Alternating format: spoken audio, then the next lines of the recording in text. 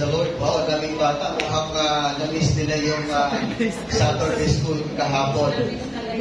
Talagang miss na hindi lang miss, kundi miss na miss. So nakakatuwa po no, na napakabata rin po ay kasama natin mag-worship sa ating Panginoon. Kasi yan naman po ang utos no, ng ating Panginoon na hayaan natin na ang mga batang ito ay lumapit sa Kanya. Okay? Dahil sa katulad nila ang paghahari ng Diyos. So good morning po sa ating lahat. Salamat pala sa pagkabasa ng salita ng Diyos, Sister Daisy. Maraming salamat po. At ngayong umaga ay patuloy po tayong mag-aral ng salita ng Diyos. Tayo po ba ay excited na mag-aral ng salita ng Diyos? Excited po ba tayo na matuto mula sa mga salita ng ating Panginoon? At mukhang kunti lang ang excited na matuto. Ano? Well, salamat sa Diyos dahil sabi nga sa awit kanina, hindi dapat tayo magsasawa sa ating pagpupuri at pagsamba sa ating Panginoon. Amen. Hindi dapat tayo magsawa kasi si Lord hindi nagsasawa sa atin. No? Hindi rin siya nagsasawa na panalhan tayo ng ating mga pangangailangan dahil nakikita ng Diyos kung ano ang kailangan ng bawat isa sa atin. Kilala ng Diyos ang bawat isa sa atin. Amen. So, ngayong umaga ay patuloy po natin pag-aralan yung salita ng Diyos. In fact, from last Sunday, this is the follow-up lesson mula po doon sa sermon po natin na 4 spiritual laws na kung saan po yung ating pong ipinahayag ang mabuting balita na magdudulot ng kaligtasan sa mga taong nais na magkaroon nito, sa mga taong desire nila no, na mag-worship sa ating Panginoon, lumago sa kanilang pananampalataya no, sa ating Panginoon Diyos. And last Sunday, yun pong topic po ni Pastor Davey is about the plan of God. Ngayong umaga, atin naman pong pag-aaralan, ito pong the problem. No? So, maganda ang plano ng Diyos, mayroon ngayon dumating na problema. Ano? So talagang hindi talaga, ito may patunay na hindi tayo dapat magpakampante kasi kahit maganda man yung nangyayari sa buhay po natin, meron po mga problema ang darating yan sa atin. Amen? Kaya wala po tayong ibang gagawin kundi magpatuloy, maglingkod, magtiwala sa ating Panginoon. So the problem, no, from Romans chapter 3 verse 23 and Romans 6:23. Tayo po muna sa sandali yung buko at tayo po ay mananalangin. O Panginoong Diyos na banal at makapangyarihan sa lahat, kami po ay naririto sa iyong harapan, Panginoon, at patuloy na nagpapakumbaba sa aming mga puso at nagpapasakop sa iyong kalooban, Panginoon. Ngayong umaga ay aming pong ibinibigay ang aming puso sa iyo. Samahan mo po kami, maging ang aming pong mga spiritual na pandinig ay aming pong ituon, Panginoon, sa pakikinig ng iyong mga salita. Bigyan niyo po kami, Lord, ng sapat na karunungan at katalinuhan upang maunawaan ng bawat isa sa amin ang hiwaga ng iyong mga salita. Upang ito ay patuloy naming maisabuhay, mai-apply sa aming po pang-araw-araw na buhay, Panginoon. Salamat, Lord. Mangusap po kayo sa amin, Panginoon. Samahan mo po kami, gabayan mo po kami. Sa iyo ang kapurihan at ang kaluwalhatian sa ngalan ni Jesus. Amen. So the problem, pero bago po yan, ay tingnan muna natin, balikan muna natin yung mensahe po last Sunday. Okay? Yung plan of God. Okay? The good plan of God. So doon po makikita natin na napakaganda ng plano ng Diyos. Ano po yung plano ng Diyos? Next slide please. No? Ito po yung to have a perfect and loving relationship with Him. So yung napakagandang plano ng Diyos sa buhay ng bawat isa sa atin ay yung magkaroon po tayo ng perfecto at isang pagmamahal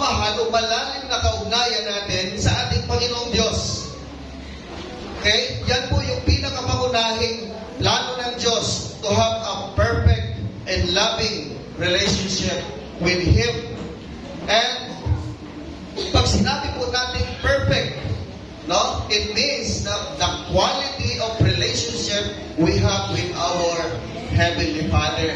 Yung sinasabi pong relasyon natin dito sa ating Panginoon, yung perfectong relasyon natin sa Diyos ay hindi lamang po maganda, maayos na relasyon, kundi matibay na relasyon sa ating Panginoon. Sabihin nga natin, matibay na relasyon natin sa Diyos.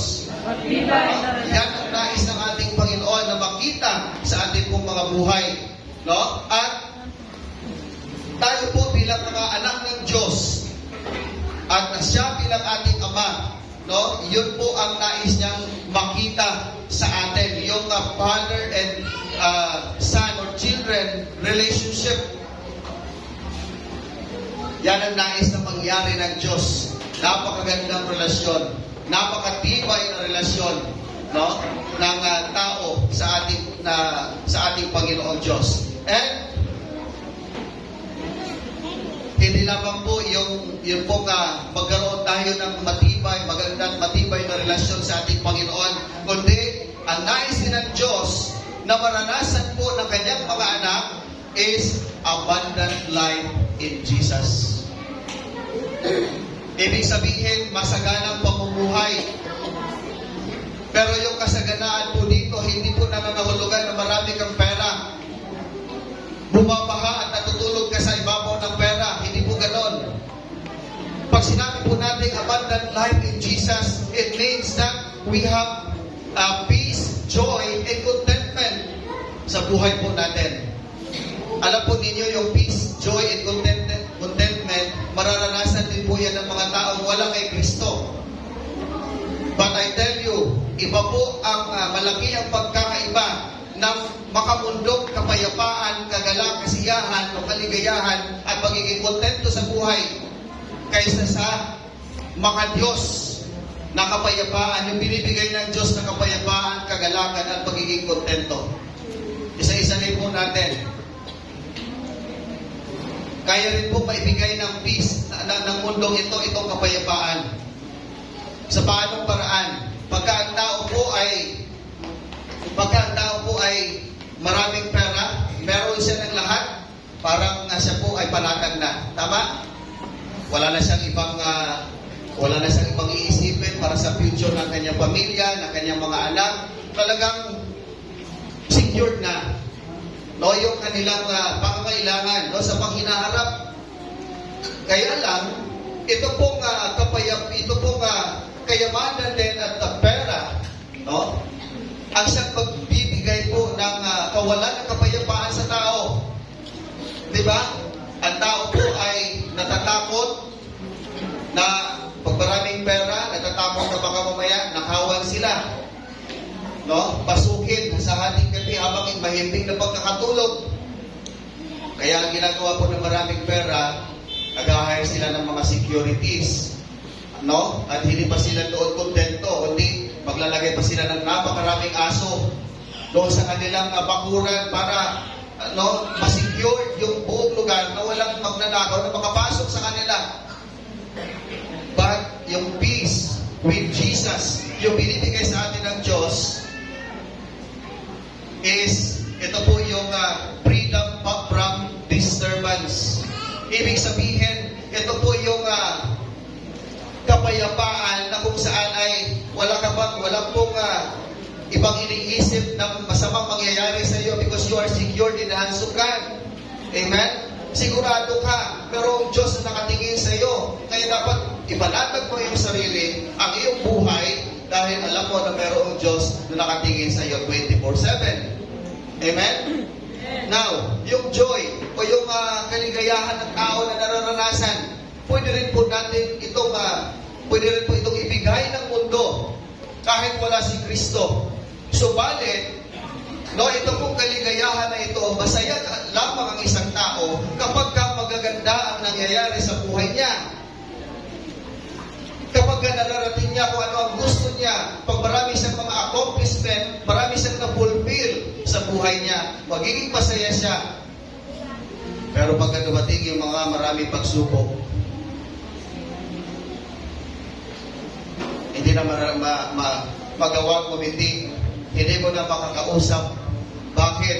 Wala yung real joy sa kanyang puso. Ang joy po na maibibigay sa atin ng Diyos kapag tayo ay na kay Kristo ay yung tunay po na kagalakan na kahit anuman ang dumarating sa buhay mo, makapagsubok, nagagawa mo pa rin ngumiti. Nagagawa mo pa rin lumapit at magtiwala sa ating Panginoon. Amen? And then yung contentment. Yung kaya po iyang maibigay ng sanlibutan. Yung magiging kontento. Lalo na kapag meron siya ng lahat ng bagay, wala na siyang ibang iisipin, masaya siya, kontento na siya sa lahat ng bagay, no? Marami siyang pera, marami siyang ari-arian, pero ang problema, ang tao po ay the more na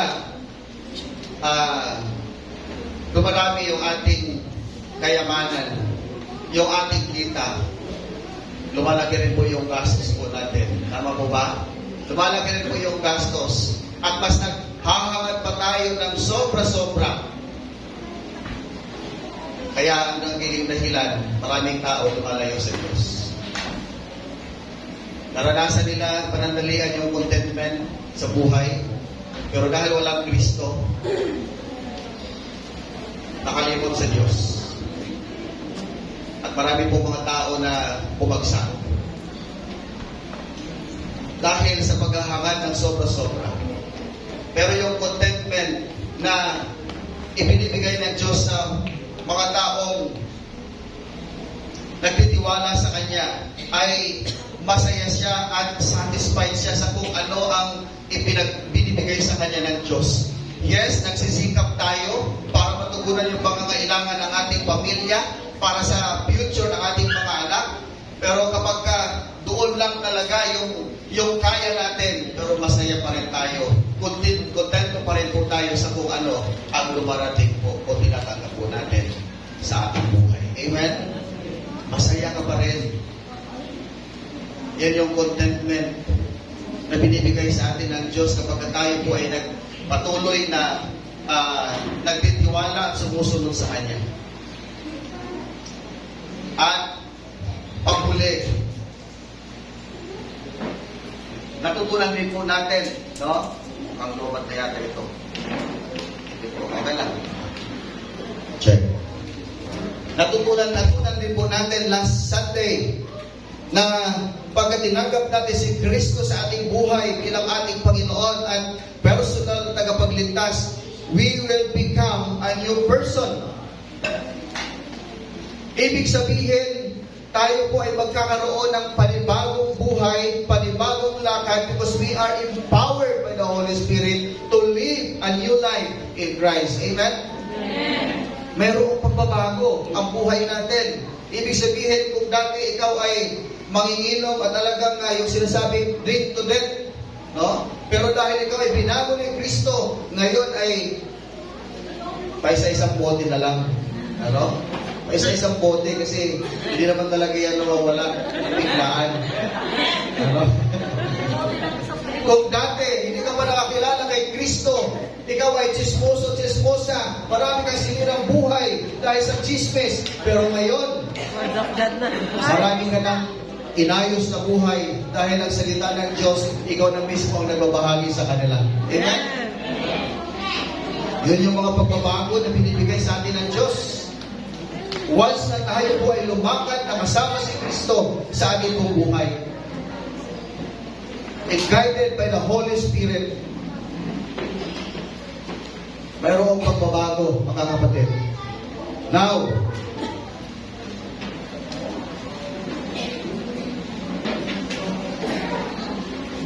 atin pong binanggit yung magandang plano ng Diyos sa ating buhay. Yung abundant life in Jesus. Ang tanong po ay ganito. Hello? Next please. Slide. Do you know that not everybody can experience the plan of God? Alam mo ba yun? na hindi lahat ng tao ay makakaranas o mararanasan yung magandang plano ng Diyos, yung abundant life. Hindi po lahat ng tao makakaranas. Kung ganon, sino po ang dapat lamang na makaranas nito? Sinong mga tao ang dapat na makaranas ng magandang plano ng Diyos?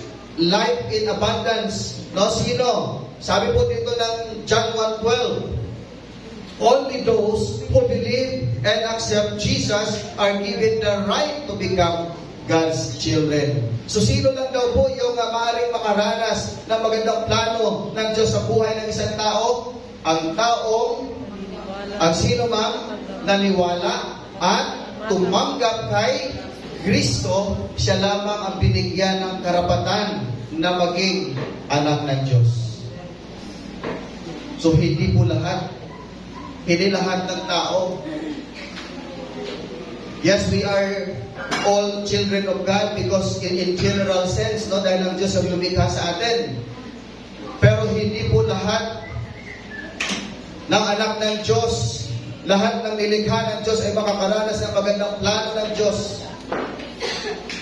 Kundi ang tanging makaranas lamang po nito ay kung sino man yung taong naniwala at tinanggap si Kristo sa kanyang buhay bilang kanyang Panginoon at kanyang personal na tagapagligtas.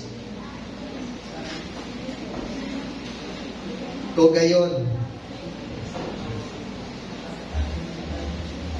ano po ang problema? Bakit hindi lahat makaranas na magandang plano ng Diyos? Bakit hindi lahat ay makaranas ng abundant life? Ano po ang problema? Ano ang problema? Kasalanan. Sin. At dahil po sa kasalanan, anong nangyari sa tao? Sin separates man from God. Dahil sa kasalanan, ang tao po ay nawalay sa Diyos. Dahil sa kasalanan, ang tao ay nakakaranas ng kamatayan. Sabi po na binasa natin kanina.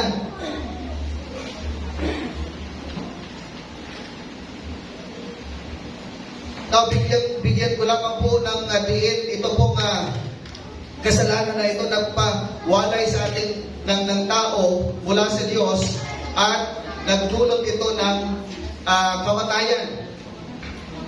Mayroon pong dalawang uri ng kamatayan sa Bible. Ito po ay yung physical death and spiritual death. Of course, pag sinabi po natin physical death, dahil lahat ng tao po ay namamatay, no? Itong katawang lupa na ito, pag wala ng buhay, ito po ay binabaon sa lupa 6 feet below the ground.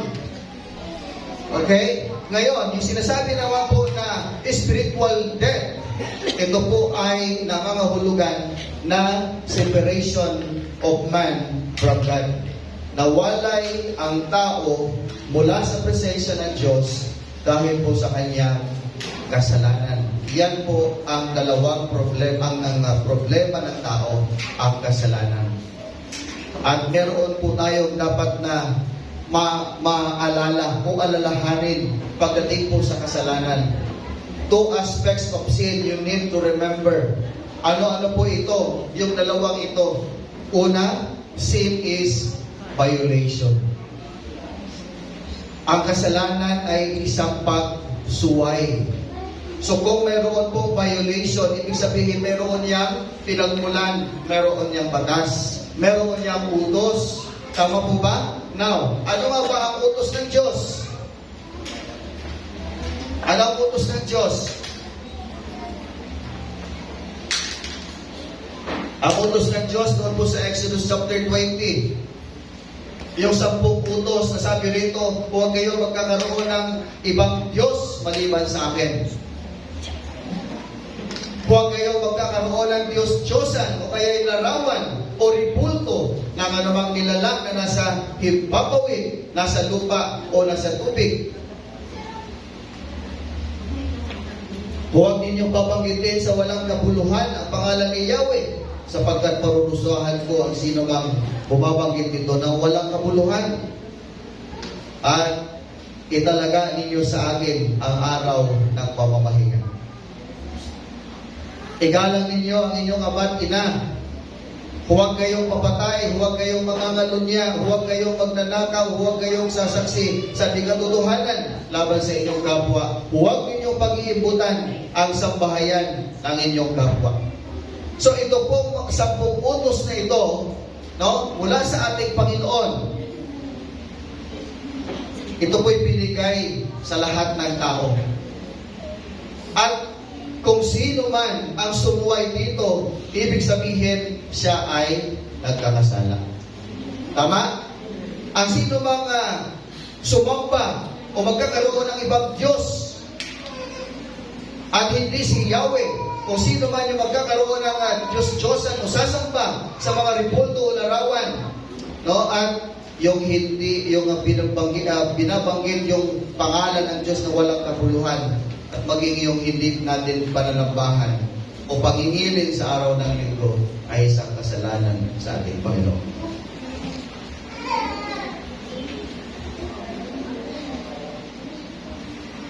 Kasalanan din sa Diyos kapag ang mga anak ay hindi marunong gumalang sa kanilang mga magulang.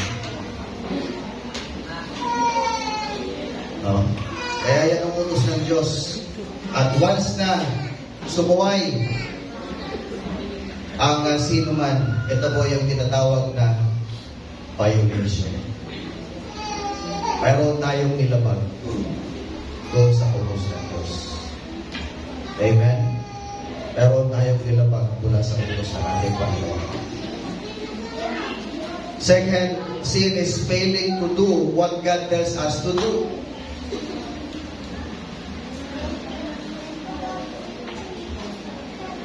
Ang sabi ng Diyos, dapat natin siyang ibigin ng buong puso, ng buong kaluluwa, at ng buong lakas. Ibig sabihin, ibigin natin ng Diyos ng higit sa lahat.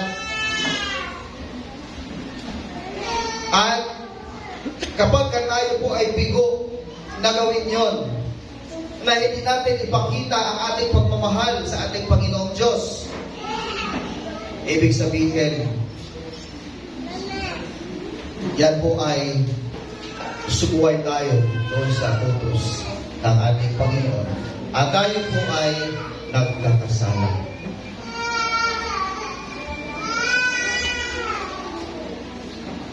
At ito ang pinakamasakit na pangyayari sa buhay ng isang tao. Bakit? Lahat po tayo ay nagkasala. Amen? Lahat po tayo ay makasalanan. Walang sino man na tao nilalang sa mundong ito na hindi nagkakasala sa Diyos. Romans chapter 3 verse 10, sabi dito, no one is righteous. No, not even one. Walang sino man na matuwid. Wala kahit isa. And Romans chapter 3 verse 23, for all have sinned and fall short of the glory of God.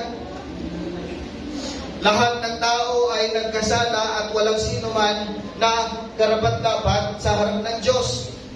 Lahat po tayo ay, ibig sabihin, hindi po nakaabot doon sa pamantayan ng Diyos dahil ang Diyos natin ay banal at tayo po ay makasalanan. Kaya hindi po tayo nakaabot doon sa kaluwalhatian ng ating Panginoon.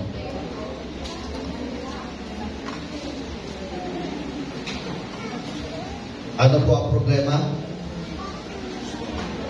Sabi po dito sa Romans chapter 3 na binasa natin kanina, we are all sinners and we cannot save ourselves.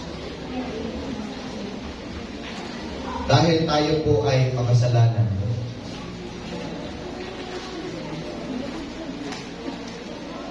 Nawalay tayo sa ating Diyos. Nawalay tayo mula sa kamay ng Diyos, sa presensya ng Diyos. At nagkaroon tayo ng kamatayan.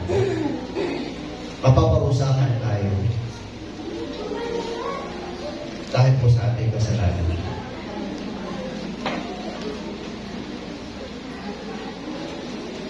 At ang kasalanan na ito ay minana po natin. mula sa ating mga ninuno. Pansinin nyo,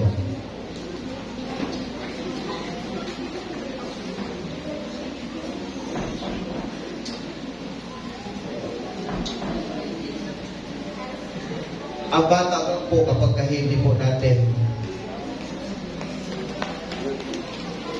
o yung sanggol na hindi po natin hindi pinapadede ng kanyang ina, ano po ang kanyang gagawin? Iiyak. No? Magagalit. Yun po bang pagiging galit ng anak natin ay tinuro ba natin sa kanila? Hindi, di ba? Hindi natin yung tinuro sa kanila.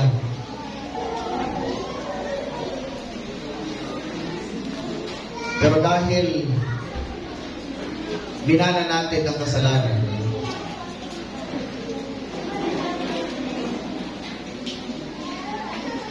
nagagawa ng tao kahit hindi niya gusto. Ito rin po yung struggle ni Apostol Pablo. Yung kanyang struggle, no, yung sinabi niya rin sa Romans chapter 7 verse 15. Sabi niya, I do not understand my own actions. Hindi niya raw naiintindihan yung kanyang mga pinagagawa sa buhay. Sabi niya, for I do not do what I want. Hindi niya ginagawa kung ano yung gusto niya. Pero, ginagawa niya yung mga bagay na kung saan ay ayaw niya. At yan po ay dahil sa kasalanan. Ibig sabihin, yung gustong sabihin dito ni Apostol Pablo, gusto kong pumait pero hindi ko magawa. Hello? Gusto pumait ni Apostol Pablo pero hindi niya magawa. Di ba alam niyo yung kanta na yan? Gusto kong pumait pero di ko magawa. Gusto kong pumait pero di ko magawa.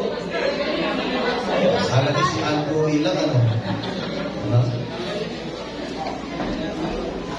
Totoo po yun. May mga bagay na gusto natin gawin na alam natin mabuti, pero minsan hindi yun yung nagagawa, hindi yun nangyayari. Ang ginagawa natin kung ano ang kasuklam-suklam sa harap ng Diyos. Dahil po yun sa kasalanan, yung kalikasan natin bilang isang tao makasalanan.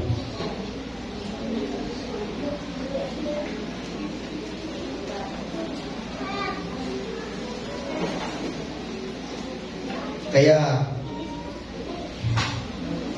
ano po ang solusyon sa problema ng tao? Hello? Ano po ang solusyon ng problema ng tao o problema sa ano ang solusyon sa problema ng tao? Kung gusto niyo malaman, huwag kayo mag-absent next Sunday. Amen. Pero kung alam mo naman yung sagot, kung ano ang solusyon sa problema ng tao, mag-attend ka pa rin. No? Dahil makakasama mo yung mga taong seekers, yung mga taong naghahanap ng kasagutan sa katanungan. Amen? Purihin ang Diyos at magandang umaga.